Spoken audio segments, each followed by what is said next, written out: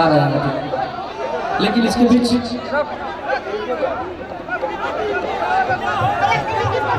किसको किसको प्रीति पासवान जी को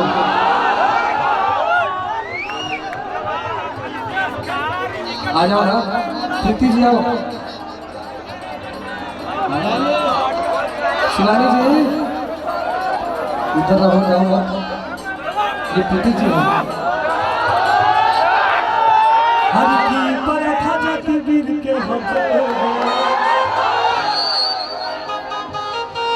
परंपरा वही के होते। बहुत लोग हमारे के प्यार दे रहे यार, बहुत मुश्किल है। हरि की पूजा हो खेला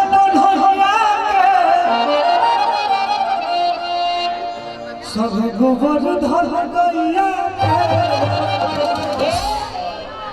अच्छा हवा हो तो पूरी खीर के होते बोलो भैया, ये परंपरा वही के होते। लोगों ने मुझे बहुत ज्यादा मोहब्बत दिया। हर की बिरादर के हमारा बिरता के कहानी इतिहास हो कई गाना हम गाए हैं भाई, आप लोग को प्यार मिले भाई का फरमाइश था, लेकिन एक मीठी के साथ हो जाए बोलो भैया। हर की पूजा हो खेला कन्हैया के,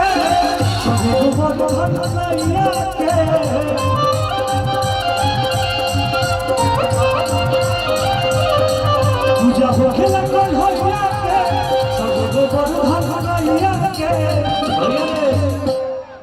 अच्छा हवा हो पूरी खीर के हटे बड़ा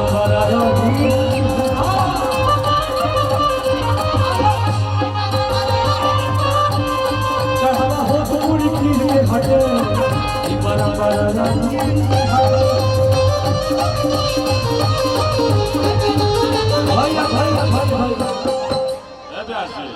हरी की लाल सोरिया में पान लगलू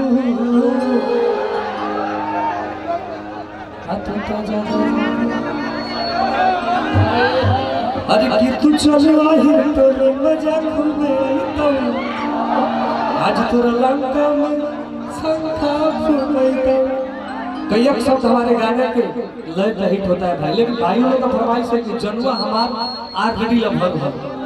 इसी बीच में आप लोगों को बता दें कि आरजेडी का सबसे बड़ा कलाकार कौन है? छोटू छलिया भैया। हम चाहते हैं छोटू भैया थोड़ा सा आज हमारा खातिर, और अब तू ये चीज से जाना जा हमने के तोहर छोट भाई है जा, और साथ ही साथ हमारे चंदनो भैया आ जा। भोजपुरी के सम्मानित कलाकार गायक एवं फिल्म अभिनेता छोटू छलिया जी की एंट्री जोरदार तालियों के साथ सम्मान दिया जाएगा। देखिए मोहब्बत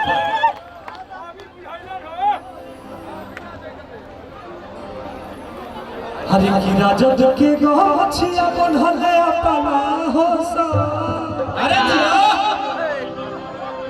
ए पार्टी के परिवार से हमने क्या नहीं जा, और एक तरफा वोट होने को हुए रहेला। ए संदीप भाई तू आ जा।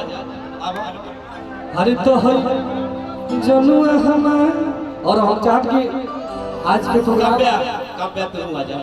मैंने हमारे काव्या जी भी आ जाइए, भले मैं दुइयों के बाद लेकिन 4 आदमी निकाल जाइए। और संदीप जी के बारे में तो बता ही दिए, आप कुछ विशेष बताइएगा। विशेष तो क्या, हम तो छोटे हैं, हम तो साथ में ही रहते हैं, इसलिए बतावे नहीं पाएगा। और हमारे मैडम राजमाता राबड़ी जी के भतीजा हैं संदीप जी, हमारे बड़ी अच्छे भाई भी हैं। और अब काव्या ला हरियर गांव चले बड़े पिना ले ला हरि की राजद के गोछिया तू बनहले अपना होसार। अरे भैया, अरे की है चंदना भैया हमार अरे देवी। ये बीच में हमारे को भाइयों के लिए चंदन भैया वो गनवा थोड़ा सा गावा ना रिमेक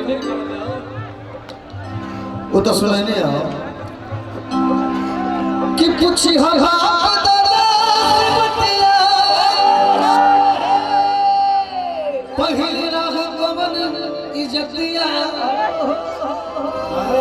भाई तो एकदम चुलू चुलू कर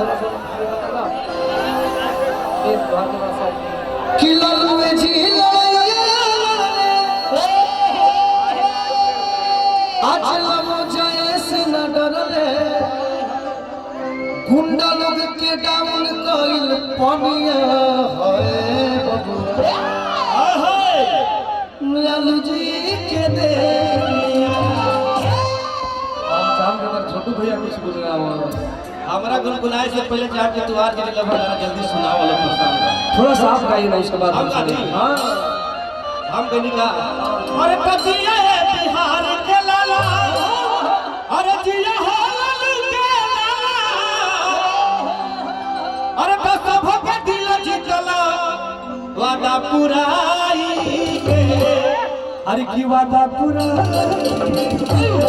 असहित तेजस्वी यादव से सबके डराइला आए अकेले छक्का छोड़ा गया का कि सब भगे नौकरी कटला पटन में बोलाई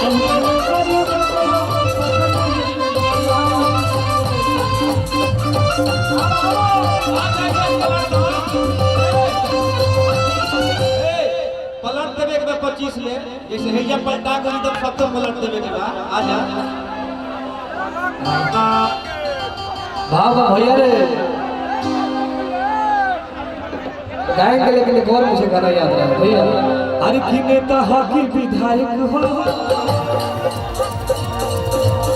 हीरो हकी खलनायक हो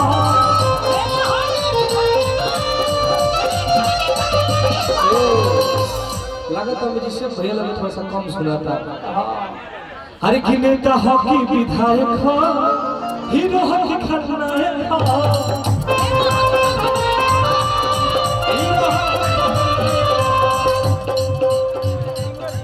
कल होवे दरगा कथा के बंगा बिरादरी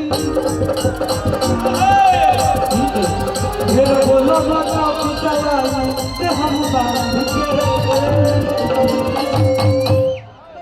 अरे किनारे दादा हम नाचे न जाई बुराती में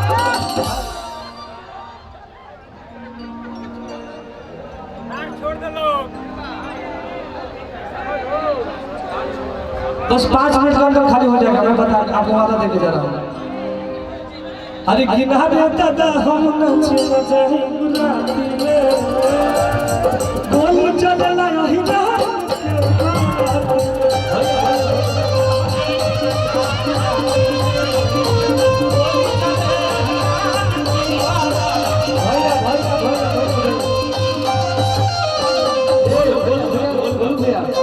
यही बीच में देखिए वो कन्हो का भैया हरि की राजद के गौछिया वो बढ़ले अपना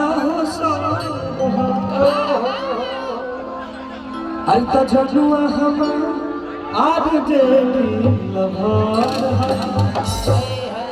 बड़ी बात है बड़ी जनुआ तो राम जेठी लगा अरे तो जनुआ हम आज देवी लभा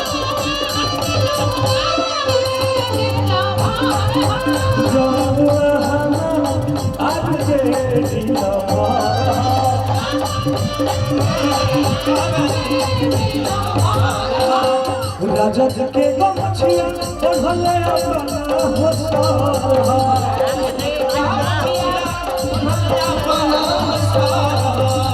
राजद के गमछिया बढ़ले अपना आज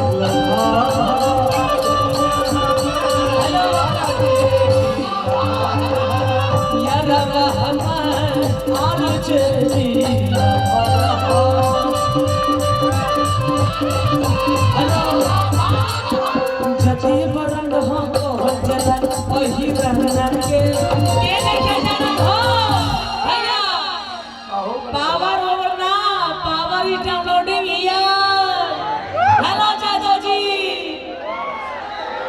अल्लाह भर हमारा जादू हमारा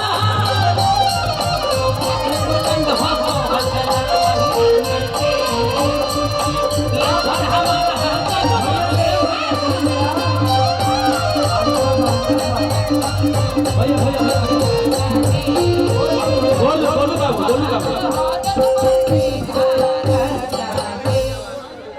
हाँ भीड़ की वजह से प्लीज भीड़ को हटाइए आप लोग। बस भीड़ हटी साउंड आवे लगी। हेलो कितना बढ़िया।